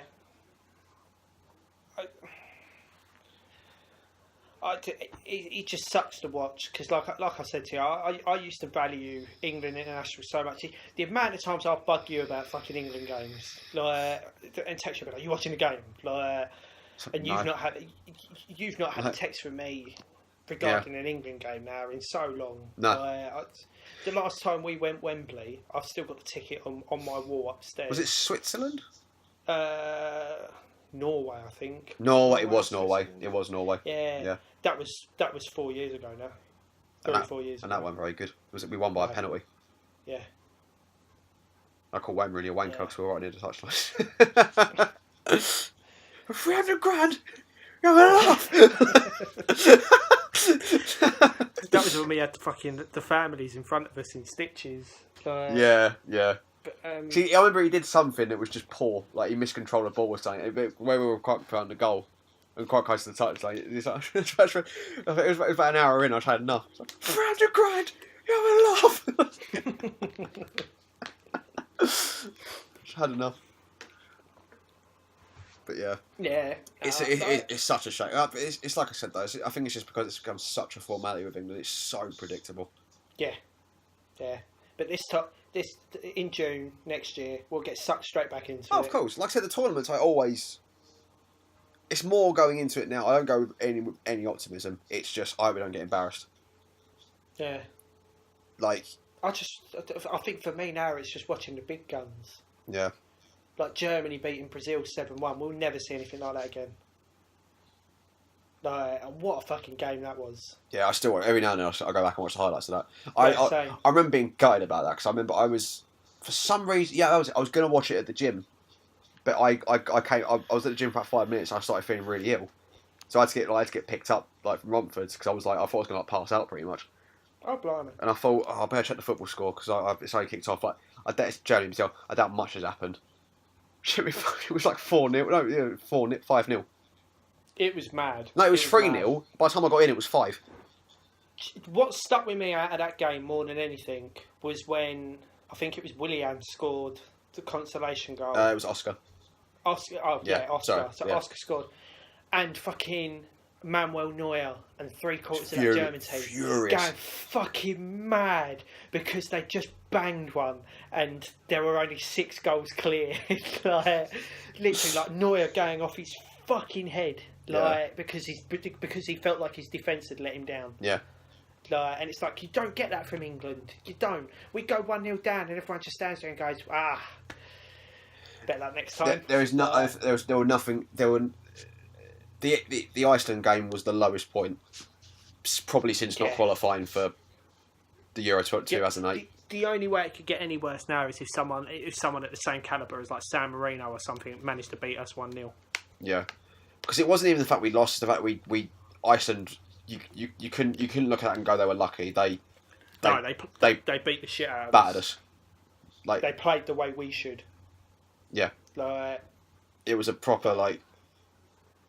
It's just I was so fucking angry. I literally as soon as that full time whistle went. Rio Ferdinand hit the nail on the head with what he said after that game finished. We'd gone back 10 years. Yeah. Like Iceland were playing football from 10 years That honestly, ago. I think if you go back and watch, which I have done a few times, you go back and watch the BBC punditry like after that game where it's like shit, it's Shearer, Ferdinand, Lineker, and Genus. Don't know why he's there. But they're talking Shearer about was pissed. Yeah, just how pissed they all were and just like absolutely tearing into him. Like, yeah. It was needed though, wasn't it? And you know the England players have watched that since and gone, oh fuck me. And the thing is, I said this at the time when Southgate's name was mentioned, obviously after Allardyce had gone. That was a fucking embarrassment as well when all that shit went down. But let's say about that about. But like, yeah, I remember at the time being like, oh, Southgate. I suppose he is the only real fucking contender, I suppose, because no one else is going to want to take it. But no. I would have liked to have seen. What Lineker said, innit? It's a poison chalice. I would have liked to see Southgate and Shearer. Yeah. Because I think you need someone like having. Can you imagine Gareth Southgate going in there and giving him a bollocking like Shearer did in the fucking Match of the Day studio? Like that was him on live TV knowing he couldn't swear. Can you imagine what it would have been like if he was in that dressing room? Because he said, shit. Well, he said, didn't he? He applied for a job about 5 years prior to that and said, like, look, I want to use my tournament experience. And they said, and the FA said to him, well, you know, you haven't got the right experience. He went, well, experience hasn't worked for you before. Yeah. You had Fabio Capello as your manager. That didn't work. Look at Pep. His job before Barcelona was coaching Barcelona B. Took them to a title, and then Barcelona sat there and went, yeah, we'll give you a go. All right, he fucked his first 3 games, but then he found his formula and spanked everyone. Like, I mean, to a lesser extent as well, Gary Speed with Wales. Like, I know Coleman's at the helm now, but that Wales team isn't that Wales team without Gary Speed, without the foundations he put in. Coleman says the exact same thing. If it weren't for the speed that if it weren't for the work, Gary Speed have done, fucking God rest his soul. That team. And that's today. You know that's not just lip service, like because of what unfortunately happened. You can see how they were playing at the time. Slowly melding, and Wales were going like that, and England were going like that. And it's, I mean, this is going back to Southgate is my thing because let's say with Wales, let's say well they are at a similar level to us. Gary Speed didn't hit the ground running with them, but like I said, it was a slow process. It was over time. Yeah, it was picking up, and we have got to remember that this is only Southgate's like what 3rd or 4th game as the actual official manager. Yeah, we do need to give him time. I want to see if he can build something. Whether I think he can is a different thing, but my only concern is that it's like okay, his squad choice is better than Penguins, but he looks like a penguin, mate. Yeah, he does. He looks like a penguin. Proper Danny DeVito nose, but it's still got reminiscence of like, and I know you could argue the case with who else is there, but like, it's for me, he's not begun to put his own, because I don't know what Southgate's stamp is. No, to be honest with you. Like, and I think that it might just be a bit of a. I mean, because Hodgson was in charge of that team for like what, 6, 7 years, 8 years, 3 tournaments. He got 3 tournaments, so 6 years. Might be a little bit of. It's a bit of a Hodgson sort of hangover on certain players in that squad, maybe. Like your Sterlings, like the players who play, like Walker and people who played under Hodgson regularly. Maybe there's a bit of hangover there. Maybe you could argue that case. Yeah. But ultimately, I suppose you can't. And I know what you're saying. I don't know what Southgate's stamp is, and if this is it, it's not very impressive. I don't know what his game plan is. I never paid enough attention to Middlesbrough when they had him. He took them down, so it wasn't. They weren't great. They really weren't. Like, Do you think if Southgate fucks the World Cup, like, I mean, we get knocked out like bottom of the group, he'll lose his job? Or do you reckon we'll just do what we always do and keep hold of him? Unless there's someone who's there and ready to take over, they'll keep him.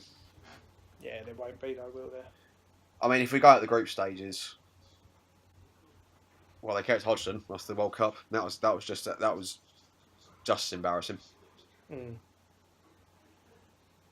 Like, I know Uruguay are a good team, and at that point in time, they are a better side. They have got better players than we have, but well, not even that though. Really, they got Suarez, Cavani, and Godin. Like, that's 3 world class players in that starting 11 I can think of off the top of my head.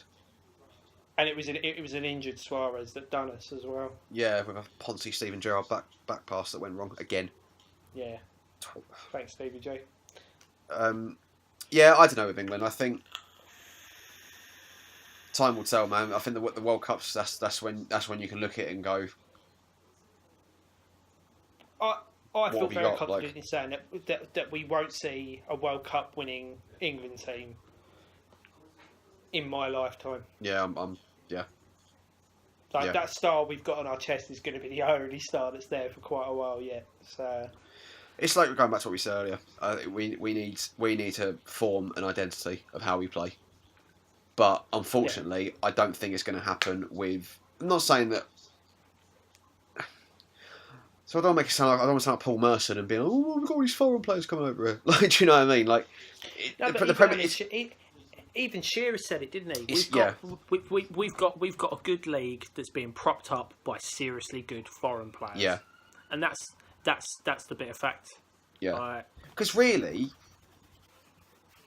before really the sort of Tottenham spark of like Harry Kane and Dele Alli and Dyer and Tottenham have got a pretty good English core in their squad, but really before that sort of batch of players came through, who else was there? I mean, Gerrard was on his way out. Lampard had already retired. Like, Rooney was on the decline. Rooney was massively on the decline. Like, I mean, that World Cup in 2010, where we had fucking like Sean Wright-Phillips and Emil Heskey was still getting called up, and fucking like Darren Bent was getting called up. Like, I mean, this is the first time we've actually got players that you could look at and go. Because I mean, Harry Kane's still young. God knows what he's going to be like when he hits like 26, 27, like his peak years. Yeah, and he's stonking at club level. I can't turn around and say he isn't, because he is. But he has scored 4 goals. I think it's like 4 goals in his last 5. No, 4 in his last 3 England games though. You got to give him that. Like, I know you said you don't think he can do it in the England shirt, but he is starting to do it on a consistent basis. Yeah, he is. But in my eyes, the tournament is the that's the real test. Yeah. But if you got someone who's going in with that sort of record going into a tournament, we did. He didn't do it. No, but not for England. He didn't. He got into the England squad late before he went into that tournament. What you mean in the last? Yeah, he didn't. He wasn't like the main striker for the whole qualifying rounds. I think he was. Mate, I don't know. I can't remember. I'm fairly confident. Hey, JB, can you remember when Harry Kane first got into the England squad? Yeah. How many games was it before we went off to the Euros? Did he do the whole qualifying round? Yeah, he did. Oh, he did. Oh, okay, fair enough. Yeah. Oh, I'm talking shit then. I think his first England game was a qualifying game actually, and that was when my missus lived in Putney, and that was about two and a half years ago now. Right. Okay. Fair enough. All right. I'm talking up the arse then. I wouldn't say that. But even so, yeah. I think the point I was going to make was I think we've got players coming through. Like I said last week, like there are players coming through that you look at and give us reason to be a little bit more optimistic. But we still need to find the best way to play with those players. Look at the under-19s. They won. What was it? Was that the World Cup they won? Yeah, it was. Yeah. Iron 21s came runners up, I think. Yeah. So things look good when you look at stuff that way, but then there's not many players in the under 21s or the under 19s that manage to break through into their fucking respective clubs and then manage to get into the England. That's the key, because you look at Germany for me are the perfect example, because a lot of the squad that won the World Cup was the squad that won like the Under-21s World Cup, like way back when, like Özil, Neuer, Royce, they all came up together. Yeah, and their Confederations Cup win is the next group of players. Yeah, with Draxler the oldest, and they all get into their squads in their clubs in the respective league. Because again, German league's made up of predominantly German players. Yeah, and look at Bayern Munich. Bayern Munich, Schalke, Dortmund, like all of them. Like again, all you got to do is just jump on FIFA and just scroll through all the German teams.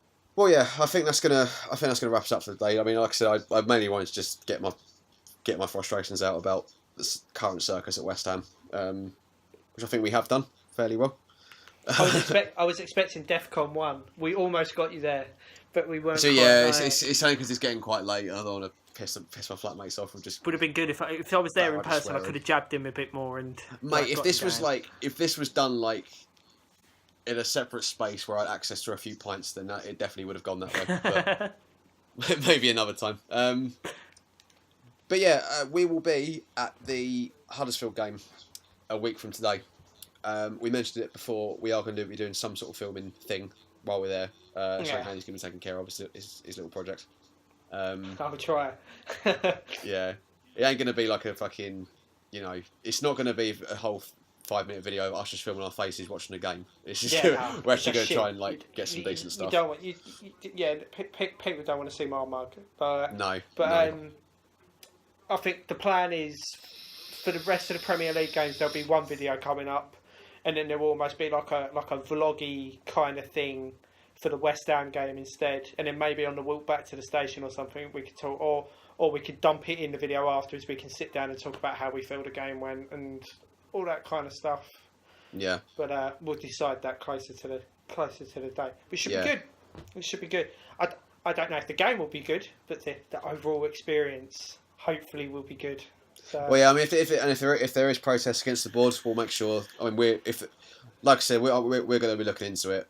I'll get that shit on camera. World Star. Yeah, that'll be filmed. Also, head over to the Irons and Chill Twitter page, which is @Irons and Chill.